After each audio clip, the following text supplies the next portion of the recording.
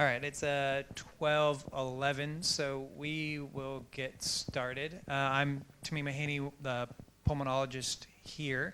It's my pleasure to introduce Dr. Louis Satterwhite. He's an associate professor of pulmonary critical care at the University of Kansas, where I did my training.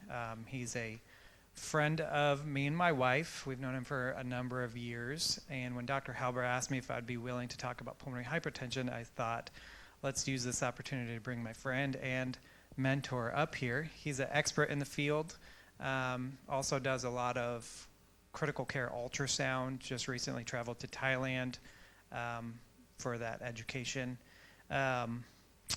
He did his residency training at Emory with Dr. Carrie Lau, interestingly enough, and he did his fellowship at Emory as well, and he's been at KU since 2011.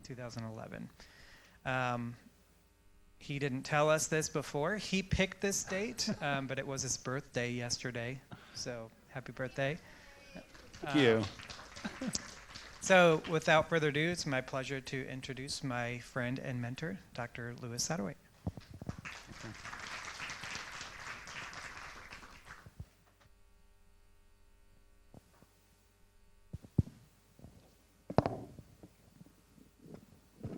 Hey, good afternoon, everybody. Really appreciate the invitation and ability to be here.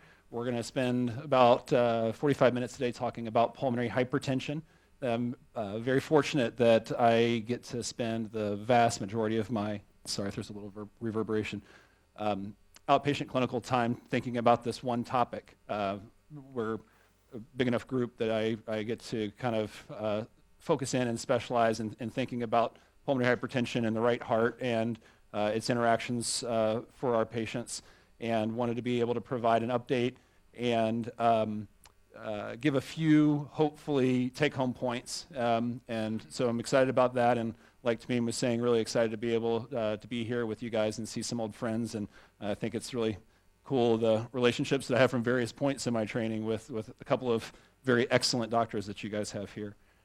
So the framework, we're going to talk a little bit about the past, a little bit about the present, and a little bit about the future of where we might be going with the evaluation and treatment of pulmonary hypertension. And at the risk of having too many of these, because I think that a 45-minute lecture really should probably have 2 or 3 take-home points, but I got excited and kept going. But I want to put a few things that I think create a lot of confusion when thinking about patients with known or suspected pulmonary hypertension.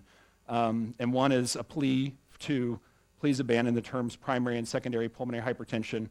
Despite really almost 20 years now of not using those terms. Understandably, they were in the initial lingo of how this disease was described, and so old habits die hard in some ways, but it really can create confusion in trying to evaluate and take care of a patient. Also, a thing that's really misunderstood about evaluation of pulmonary hypertension is the vasodilator test during a right heart catheterization. So we'll spend a little bit of time about right heart catheterizations, but please do not mistake whether or not somebody is or is not a vasoresponder during a right heart cath with telling you about why they have pulmonary hypertension or how they might respond to pulmonary vasodilator therapy. The third is to make sure that everybody understands the current 5 etiologic groups of pulmonary hypertension.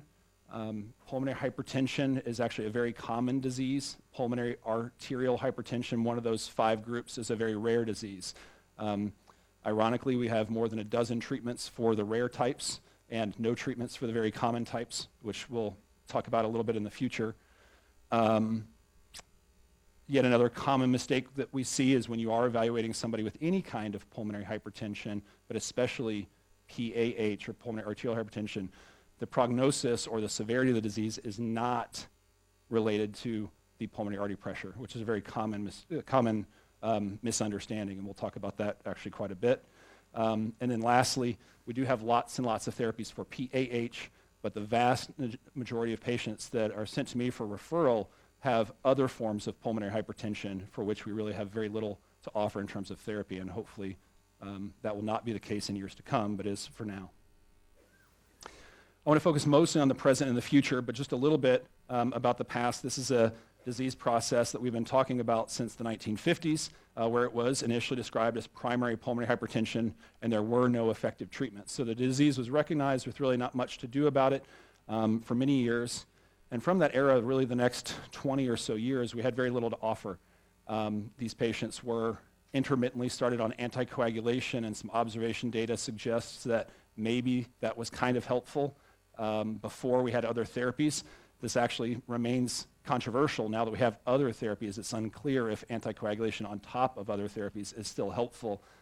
So it ends up with some pretty weak recommendations in idiopathic pulmonary arterial hypertension to still keep a mild form of anticoagulation, but really not based on good science. But it is a leftover from when we had nothing else to offer, as well as calcium channel blockers from that era. So this is where I get into one of the take-home points about the vasodilator challenge during a right heart catheterization. So if somebody's being evaluated for pulmonary hypertension, a right heart catheterization is absolutely critical in that evaluation. During that test, they can be given any kind of vasoactive medicine, or several different vasoactive, not any kind, but several different vasoactive medications, and a small percentage of patients with idiopathic pulmonary arterial hypertension will improve their hemodynamics with an improvement in their cardiac output and really almost a near resolution of the disease process with any number of vasoactive medications that could include a prostacyclin or adenosine or inhaled nitric oxide. Those patients are predicted, at least for the next several years, to do well with a calcium channel blocker rather than the other pulmonary vasodilators. This test was created in an era when we didn't have a lot to offer in pulmonary vasodilators, and cynically a little bit, I like to say it was now just an insurance test for insurance companies to save some money on some pulmonary vasodilators for a very small subset of patients. Where I see this misunderstood a few times is somebody with bad PAH that may respond very, very nicely to therapy, doesn't respond during the heart cath to one of these medicines in the first few minutes. That does not mean that therapy is futile. And I've seen patients kind of condemned to never getting any treatment for the disease process because they didn't respond. I've also seen other people with severe systemic hypertension on the left side, and they get a little vasoactive medication during the heart cath when they had hemodynamic evidence of having left heart failure. Things improve with a little bit of inhaled nitric oxide, and then the request is that they get pulmonary vasodilators. So it's misunderstood on both sides. It's overinterpreted to withhold therapy, and then it's sometimes interpreted to not give therapy. Really, this is a test that we need, but it really should be impacting about 10% of a disease that is 3 in 1 million. So really, really, really rare occurrence where we find this to actually impact practice. My entire outpatient practice is in pulmonary hypertension, and I have 2 patients that have PAH treated with a calcium channel blocker. So what is PAH? I'll go back and forth, and I'll try and emphasize the difference between pulmonary arterial hypertension and pulmonary hypertension more generally.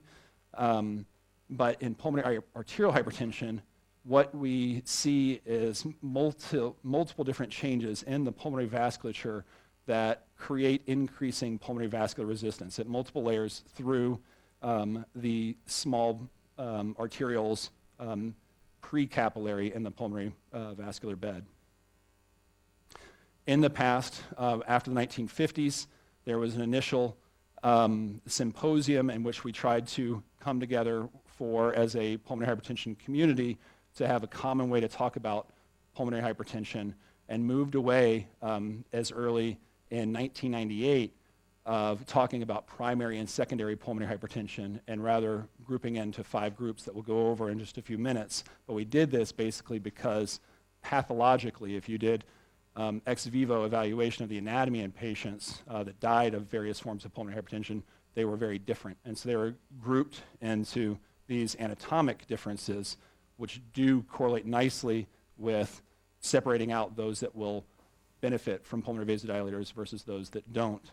And then we'll spend a little bit of time about what just changed from the 6th World Symposium in Nice, France in 2018 with the data published just recently in December.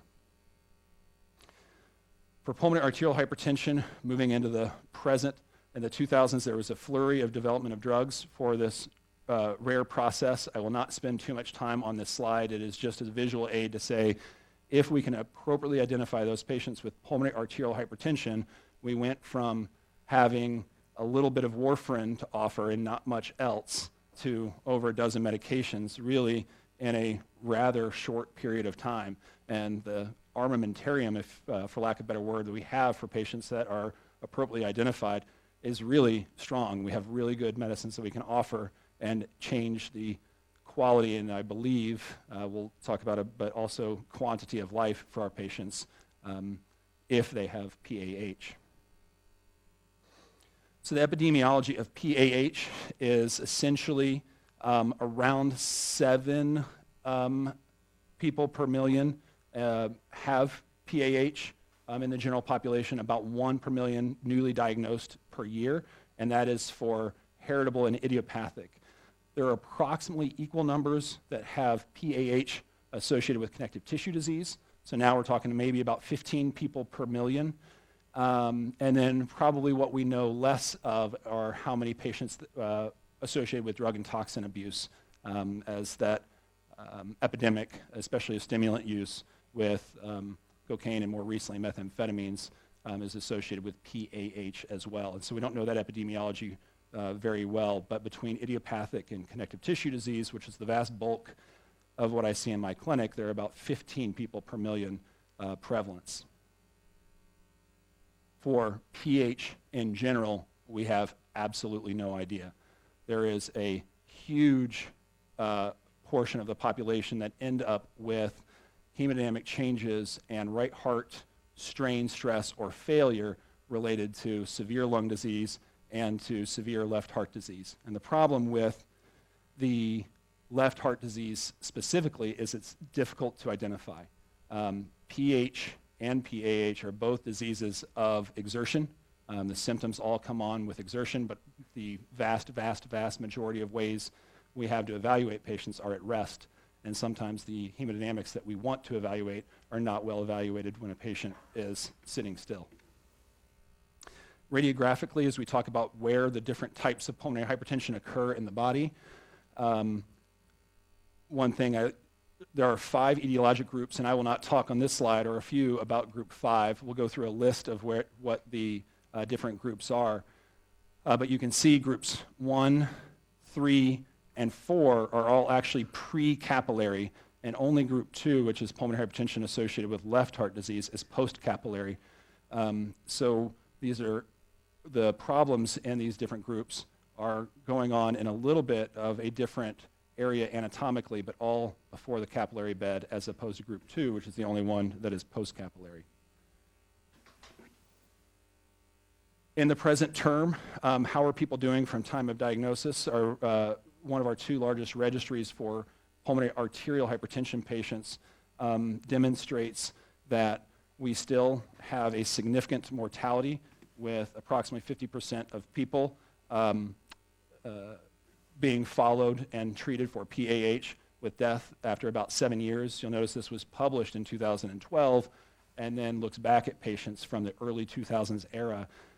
And we don't really know, so since the early 2000s, we've had several more medication options. I hope we are identifying patients earlier, and we don't have any newer registries to say just exactly how our patients are doing.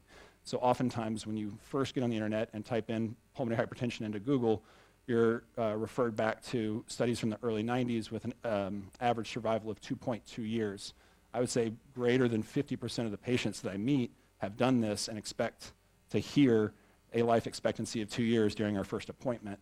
And then we get to talk about in the first visit, I have no idea what your life expectancy is, because if you are identified and treated, not enough people have died over the last 5 years to really understand what the 50% mortality is. But it is one of the challenges in pulmonary hypertension, the medications, that litany of medications that we showed on an earlier slide, have not really been studied with a mortality endpoint, because once we had one medicine to treat PAH, it was so demonstrably effective in those patients, it was no longer ethical to randomize people into a placebo arm. So now you're treating one drug against another, and you can demonstrate some functional outcomes, but mortality against not treating really likely will never ever be demonstrated in the literature. So we can look at cohort studies, retrospectives, and see people used to only live 5 years and now they're living 15 or 20 or whatever the number may actually be, but we won't see it in a specific study.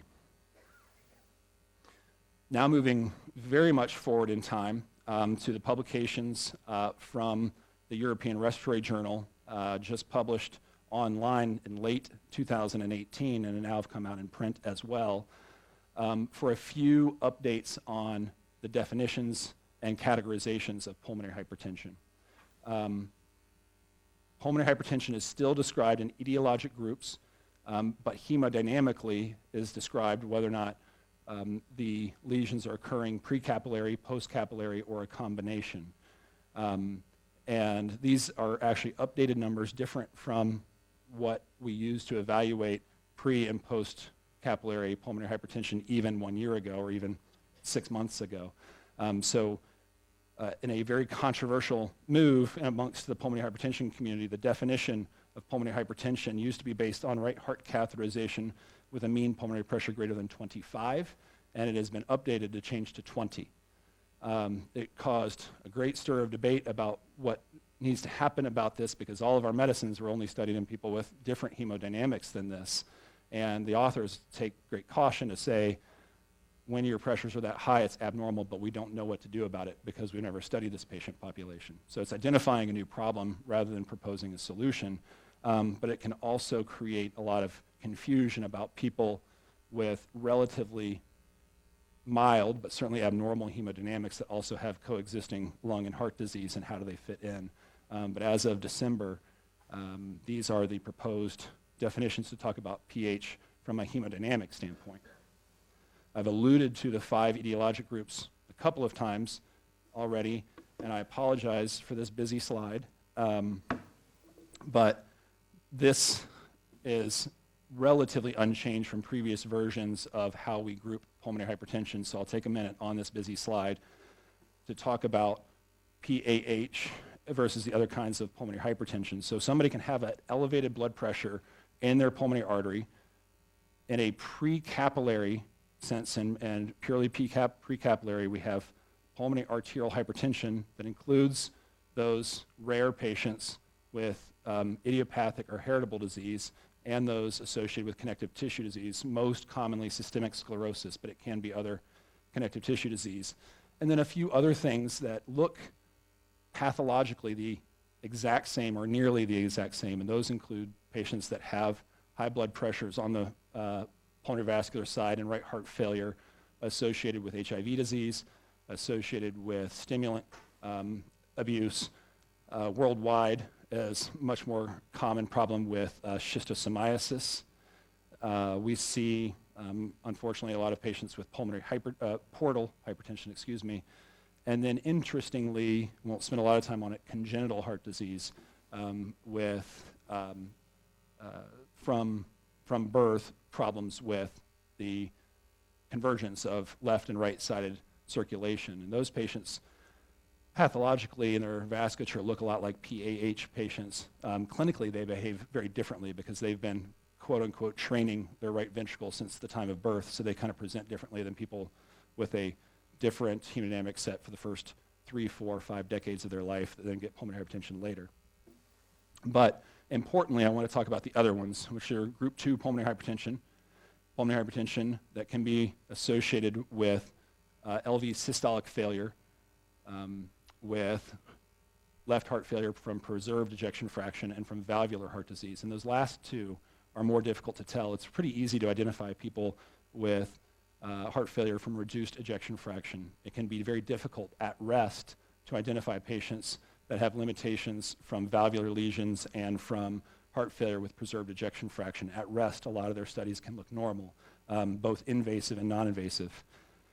And then we know that there's a very, very large population of patients that end up with pulmonary hypertension and right ventricular changes due to chronic lung disease as well. The problem is group 2 and group 3, at least in the United States, represent the vast majority of patients with pulmonary hypertension. And as of April of 2019, we still have 0 approved medications for those vast majority of patients.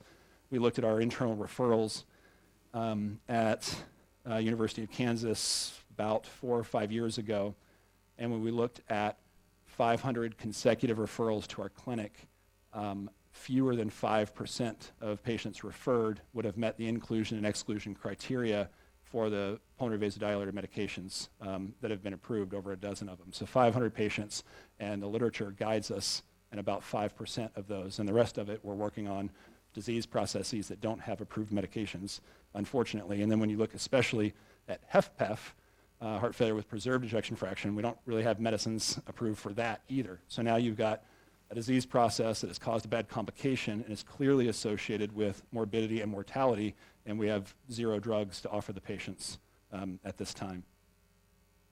And no one really understands exactly what the disease burden of that disease is, but everybody can agree that it is very common. So sorry for that busy slide, but this is the up-to-date etiologic way that is the guideline recommended way to discuss patients with pulmonary hypertension. It's important to take a step back if somebody has evidence of suspicion of or proven pulmonary hypertension, that we really step back and try to understand why, because how we care for them is very different. Spending a little bit more time hammering that home, we see a lot of patients that are getting into their 6th, 7th, 8th decade of life and have evidence of abnormalities on an echocardiogram suggestive of possible pulmonary hypertension. A group from Vanderbilt in 2014 really hammered down on this group of patients to look, okay, when somebody shows up in their 70s and they've got right heart failure on an echocardiogram, what's going on with these people? And interestingly, they essentially, out of those 246 patients, found almost no idiopathic PAH. Somebody over 65 has new right heart failure, you really need to go to the mat trying to figure out why, and it's probably not idiopathic or heritable PAH. They may have systemic sclerosis, and that you don't want to miss. They very well may have chronic thromboembolic disease, and that you don't want to miss because it's the only kind of pulmonary hypertension that is curable with a surgery. But what can be difficult is trying to figure out when it's really driven by lung disease, their sleep apnea, or their heart failure with preserved ejection fraction, which is well more common than idiopathic PAH. So to help us through that, this is another busy slide. In this publication, the symposium reminded the community of the things that would be likely associated with left heart disease. So if you have patients that are older, really older than 60 years old, anything that we see so commonly, systemic hypertension, hyperglycemia, if they've had atrial fibrillation, if they have a large left atrium on their echocardiogram, many things that are very common, they are a high probability, if they have pulmonary hypertension, that it is not PAH. This is indeed pulmonary hypertension due to left heart disease. And so not only do we need to evaluate those people at rest if they are looking like they have pre-capillary disease, but they're older and they have diabetes and some sleep apnea, we really need to be doing 3rd and 4th level questioning of, is this really PAH? Because epidemiologically, it's just not. But we see this time and time again, because this is common. People with diabetes and sleep apnea in their 70s have abnormal echocardiograms, but it is almost never PAH. And if it is, it's probably because they have undiagnosed connective tissue disease, or previously undiagnosed. All right, so I'm going to go through the evaluation a little bit more quickly. So when you have somebody that has possible PH and we're trying to worry about do they have it and how do we put them into one of these appropriate categories so that we can get them the appropriate treatment, 3 main questions that we need to answer are, do they indeed have pulmonary hypertension? How do we categorize it? And what is the severity? So we'll spend a little bit of time on severity through these next sets. Maybe the 3rd time I've apologized for a busy slide. This one isn't busy intentionally, just to say you really need a lot of data on these people. If you're really thinking about labeling them as PAH, you end up needing a lot of information, including echocardiograms, VQ scans, pulmonary function testing, testing of their oximetry, both awake and asleep, screening for connective tissue diseases, testing how they are functionally, and then ultimately right heart catheterization that may need very specialized testing during the right heart catheterization. So the cardiac catheterization, it confirms the diagnosis of pulmonary hypertension. It can help us understand the difference between pre- and post-capillary pulmonary hypertension, but it doesn't distinguish between the various types of pre-capillary pulmonary hypertension. And then it can weed out those few patients that may be responsive to calcium channel blockers. And as much as I decried that test earlier, it is important for those rare patients where it's positive. And you cannot make a diagnosis of pulmonary hypertension without a right heart catheterization. I have example after example of patients that really seemed to have pulmonary hypertension, and it's because they had their initial evaluation when they had some other acute illness, and when you look at them at a time of not acute illness, they really don't. So very, very, very abnormal echocardiograms can sometimes be misleading. The pathophysiology of pulmonary hypertension, it is just progressive vasoconstriction of the pulmonary arterial bed that happens through a number of different pathways, which I'm not going to belabor, but different pathways have been targeted for those more than a dozen medications that I showed earlier. And that goes through a process really of inflammation and in situ thrombosis, possibly why the warfarin worked for patients before, that leads to increasing pulmonary vascular resistance and then ultimately right heart failure. So I love to do pulmonary hypertension work. I see a lot of pulmonary hypertension patients, but when we're talking about pulmonary arterial hypertension, it is by definition not really a lung disease. It is a vascular disease that causes right heart failure.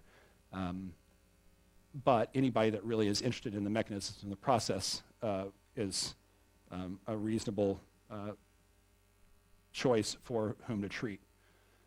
And so if the end pathway is failure of the right ventricle, what we see is the normal right ventricle here being a crescent-shaped structure that sits kind of around the outside of the left ventricle, and over time, increasing thickness and pressure will cause it to quit being bullied, for better or for worse, by the left ventricle and to fight back and to create impingement on the left side. And so right heart failure in PAH can actually lead to LV dysfunction by changing the shape and the diastolic function of the left ventricle.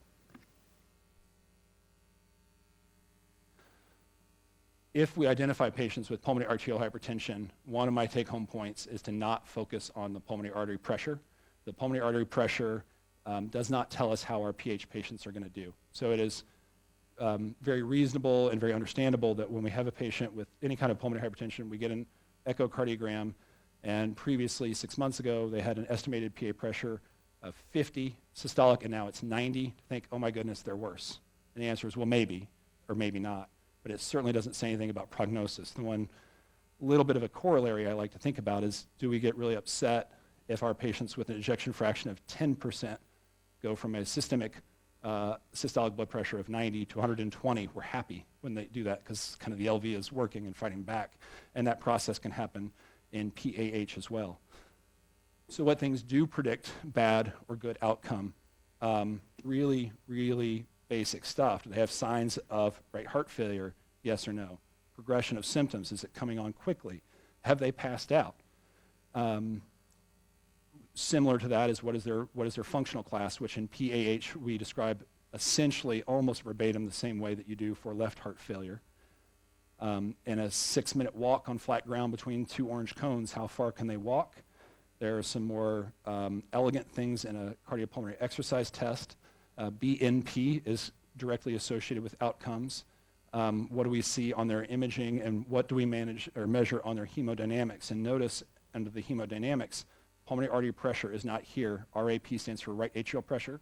So if the RV is failing, if the heart can't pump blood anymore, or if the mixed venous saturation is decreased. So all the things associated with bad outcome, and there's more than a dozen on here, and pulmonary artery pressure is not on the list. There are 2 large cohort studies looking at outcomes, and these parameters come from those 2 outcomes. And cardiac output, right atrial pressure, central venous saturation, functional class are always, in both these large databases, associated with worse outcomes. In the newer database, the REVEAL registry, pulmonary pressure was not predictive of prognosis or mortality. And the older version, honestly, when we had fewer therapies, the higher your PA pressure, the better your outcome. And I don't believe that to be true in 2019 with therapies, but it just showed we were finding people, and those whose RVs could still pump weren't likely to be dying in the very, very near future, whereas those with declining pulmonary pressures were getting closer to death. And these are just other risk factors that have essentially very similar things listed. I'll go through these a little bit more quickly, but we can predict what somebody is likely to do, decompensate, all based on functional status and measures of how the right ventricle is working, but pulmonary artery pressure is not on any of the multiple risk scores that are published.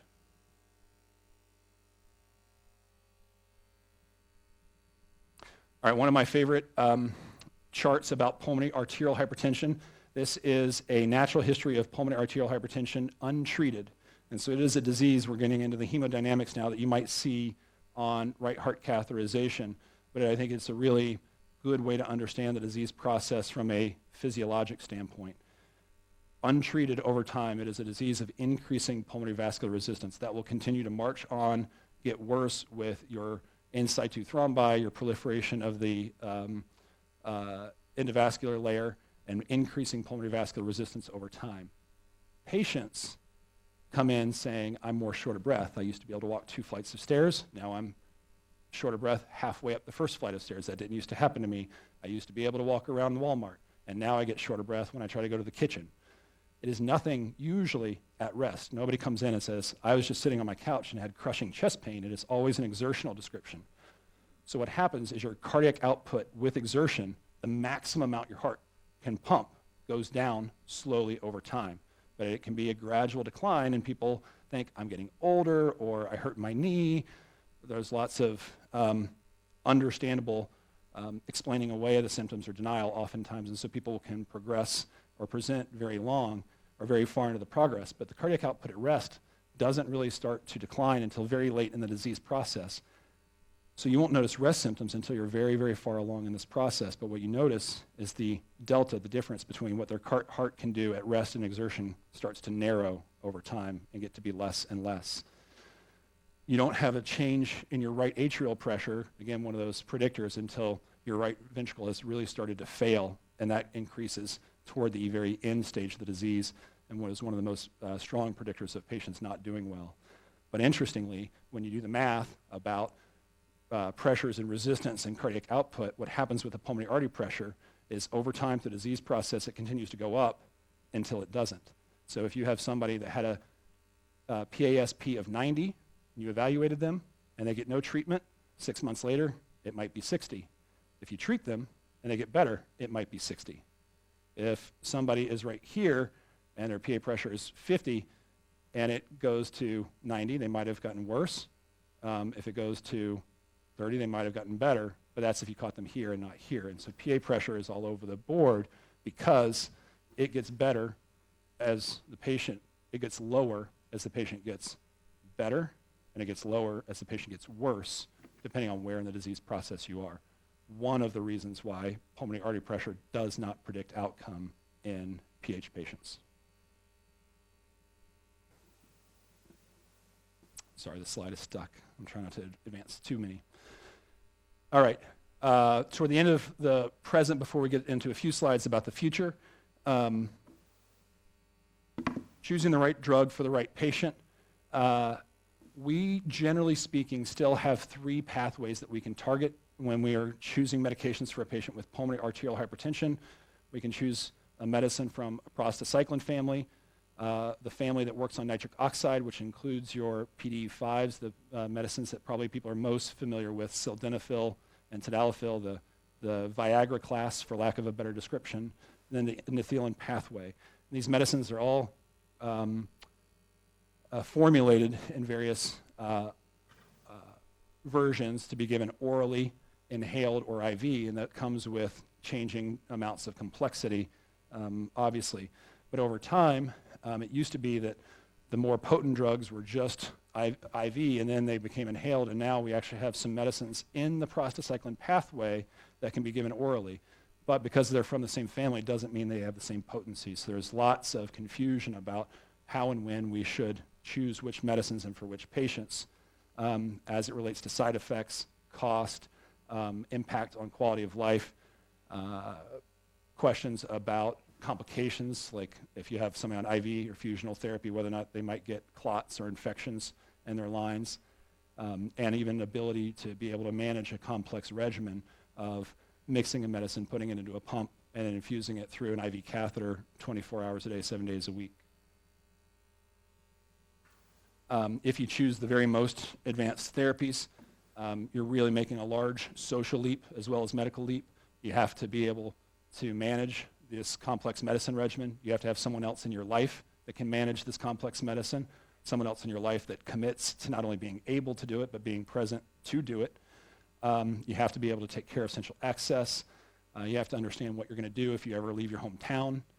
You have to know what's going to happen if you get sicker and lose your insurance, and what goes on with affording these very complicated medicines.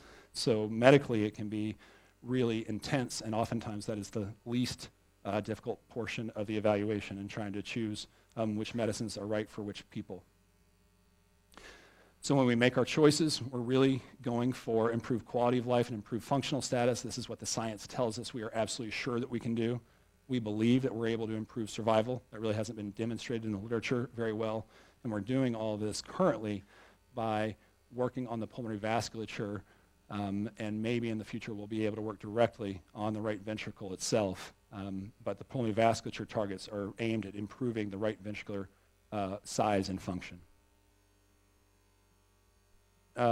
So we think that these medicines, generally, whether they're oral, inhaled, or IV, can help people feel better, help people do more, and we believe help people live longer. And so it becomes a balance of those goals and what their goals are, and what kind of investment into this complicated regimen it best fits with those goals. So as we're looking at therapies, again, you'll notice that pulmonary artery pressure is not on here. We're trying to get people to walk longer distances, have their right ventricle look better and function better, get smaller and function better, and then some hemodynamic changes, but nothing about pulmonary pressure. When we're treating patients, I've got several patients on infusional therapies that have done well for decades, and their PA systolic pressure remains above 100, but their RV looks really good, and they're functioning well, and we keep going and not changing therapies because they're meeting all of these targets. So where are we going in the future for pulmonary hypertension? That's a good question, because now we have, other than thromboembolic disease, where people have pulmonary hypertension related to blood clots and a surgery removing the blood clots, we don't have any way to treat any other form, we don't have any way to cure any other form of pulmonary hypertension, and we only have treatments for a vast minority of patients with pulmonary hypertension in general. So we have lots that could still need to be targeted. In the field of pulmonary arterial hypertension, we're currently trying to combine old drugs in new ways. We're trying to find new targets on the pulmonary vasculature, and then find new targets outside of the pulmonary vasculature, i.e. directly at changing how the right ventricle works, rather than aiming everything at the pulmonary arteries. One thing that I believe is in the immediate future that will come to reality is a lifestyle change and simplification for patients that are already on infusional therapies, IV prostacyclins. Right now, that is a daily problem for those patients, having to mix the medicine and carry around really a rather large, really probably about the size of this Kleenex box pump to pump their medicines 24 hours a day, not being able to bathe, not being able to shower, but they can't submerge their line underwater, lots of other limitations, and chronic and constant threat of having that discontinued and then getting acutely ill. Taking that same pump and implanting it under the skin and filling the reservoir once a month has been FDA approved, both the medicine and the pump. The rollout of this has been slow. There were a handful of centers across the United States that participated in the trial. They are now doing this on label, not investigationally, but on label. And I'm hoping that in the coming year or so, this will be available at getting closer to dozens of centers across the United States to be able to take the medicine, implant it underneath the skin subcutaneously, and infuse with patients only coming in once per month. Now, they have to have responded to therapy nicely. They have to be on stable doses. They have to be reasonable candidates in a number of reasons, but I think this is the nearest future huge lifestyle improvement for our patients that doesn't, you could argue whether this is future or present, but it's the nearest one in the future. And then for me, where I am really interested, I spend a lot of my time in this talk and others emphasizing the etiologic groups of pulmonary hypertension, and that has been a huge advance to understand the patients that have problems in the small vessel pulmonary arterial bed versus those that have it because of blood clot or from left heart disease. And we absolutely need it. But what we've seen is when we try pulmonary vasodilators in the garden variety patient with heart failure from preserved ejection fraction, patients don't get any better. But there's this subset of people that have just a little bit of that disease and a whole lot of heart failure. And what do we do with those? And I think that's what people struggle with clinically, mostly day to day. I know, talking to Dr. Mahaney, I know that's the question that he gets the most, and that's the question that I get the most, and I don't know the answer, and it's frustrating because that's what I do in my clinic all the time. So are we going to be able to better categorize people hemodynamically that, yeah, they're 80 and they have diabetes and sleep apnea and they've got left heart failure, but really what they're dying of immediately is right heart failure, and can we separate out those people from the people that are walking around and doing just fine, but giving them a pulmonary vasodilator doesn't help, because in the past studies we've lumped them all together and the studies have all been negative. Can we find that group that will respond to those therapies, or can we find that group and a whole different mechanism will work for them? So that's the challenge for the future, where we have these millions and millions and millions of patients with pulmonary hypertension, and currently in 2019, nothing to offer them. Hopefully, if we can better classify hemodynamic abnormalities even within classes, we may be able to change that. And then a little selfless or self-promotion, a little plug. For right now, in order to be able to answer those questions, we've got to be able to find those patients. So we have to be able to find those patients that are really unusual and they have a little bit of left heart failure but a lot of right, a little bit of lung disease but a lot of right heart failure, or the rare patient with PAH due to systemic sclerosis and life-threatening disease when they're 30-year-old people going to work and raising families with needing complex regimens. So recognizing this, the Pulmonary Hypertension Association created a set of guidelines to create comprehensive care centers, and the guidelines, the goals are really pretty high. You have to have specific center director, you have to have coordinators, you have to be collecting data, report it back, be able to do all of the appropriate diagnostic testing, be able to offer all of the therapies, and go through official accreditation. And currently in the United States, there are 49 centers. I believe you guys have access to several of them around here. I know that Mayo is. I should know the others close to here off the top of my head, and I apologize, I don't. But there aren't many. There's less than 50 across the United States, and these patients that really have either true PAH or these rare, way out of proportion diseases. My call is that this has been developed and that those patients really need to be co-managed with folks close to home, but also amongst one of these accredited comprehensive care centers. So I'm going to go back to the take-home points from the beginning. The things that I want to drill home is, despite our habits, we really need to get away from primary and secondary pulmonary hypertension. Using those terms, we would not treat people with systemic sclerosis with what we know are life-saving diseases, because initially they were called secondary pulmonary hypertension, and that's not correct. So moving away from that terminology to grouping patients within the 5 categories, taking a second to really question what that vasodilator test is doing if you see that for a patient that had a right heart catheterization, knowing that the severity of disease and prognosis is based on the patient's functional status and how their right ventricle is doing and not their pulmonary pressure. And hopefully our treatment options will continue to improve, and that we have urgent needs for the bulk of our patient population, which are groups 2 and 3 pulmonary hypertension. Questions?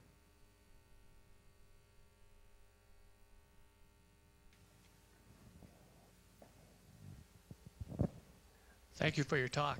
Thank you. I have a question. In patients with scleroderma who you were following, could you comment on the value of the echocardiogram and the pulmonary function test with diffusion capacity as screens for your following patients with scleroderma to see if they are developing pulmonary hypertension?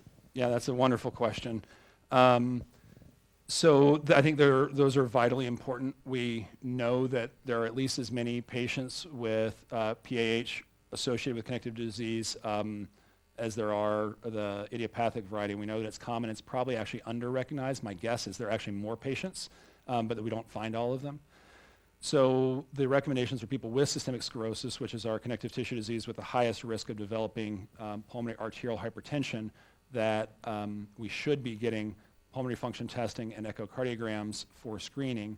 And where I would focus is exactly what you're saying. People that are dropping their diffusion capacity for carbon monoxide, their DLCO, without other value changes in their pulmonary function testing, and then patients. I have such a low threshold if I'm seeing anything abnormal on the echocardiogram. So I earlier said elevated pulmonary pressure doesn't predict prognosis, and that's true. But if you have systemic sclerosis and that estimated pulmonary systolic pressure is high, very low threshold to do right heart cath.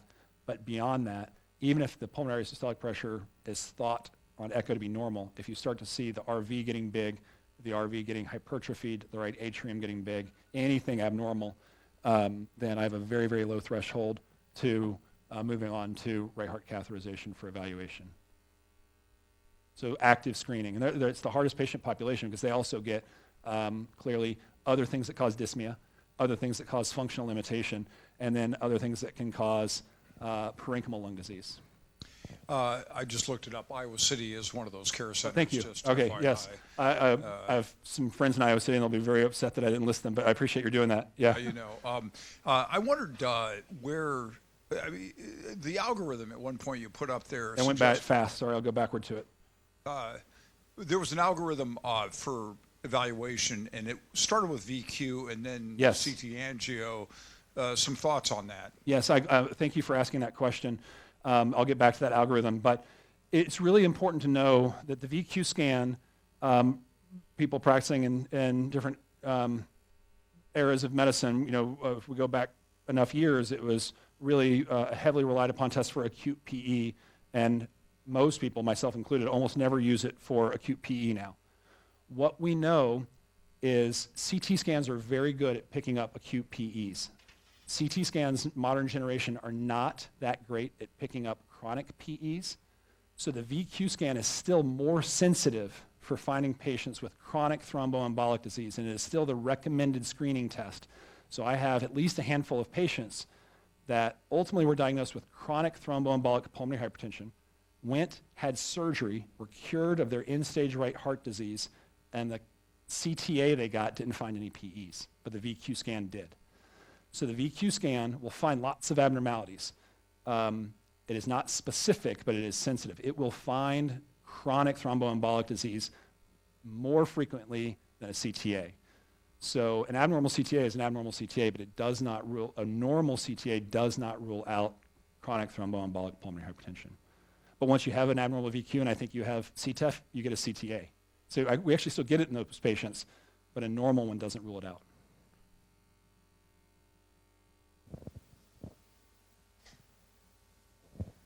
What is the surgery for people who have chronic thromboembolic disease?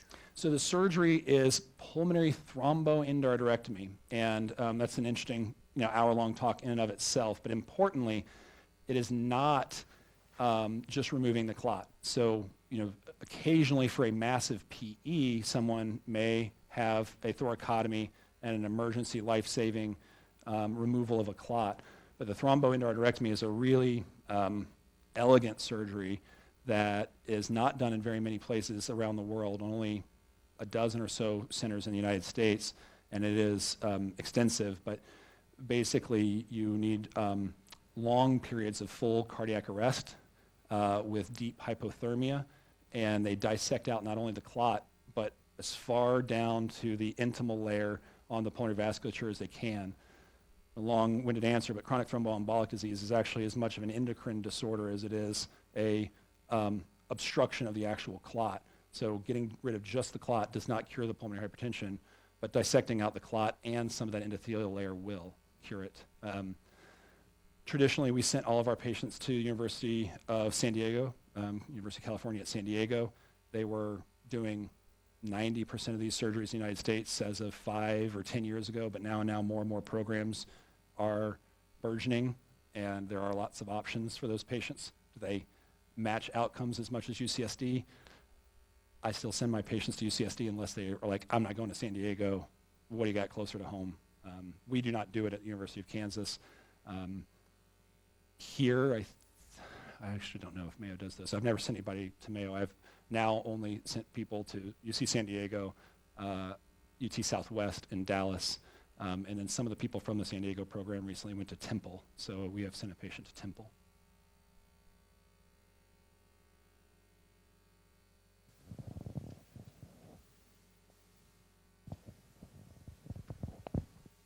All right, well, if there are any other questions, I'll hang out for a little while. But thank you guys for inviting me. It was really a pleasure, and thanks for your attention.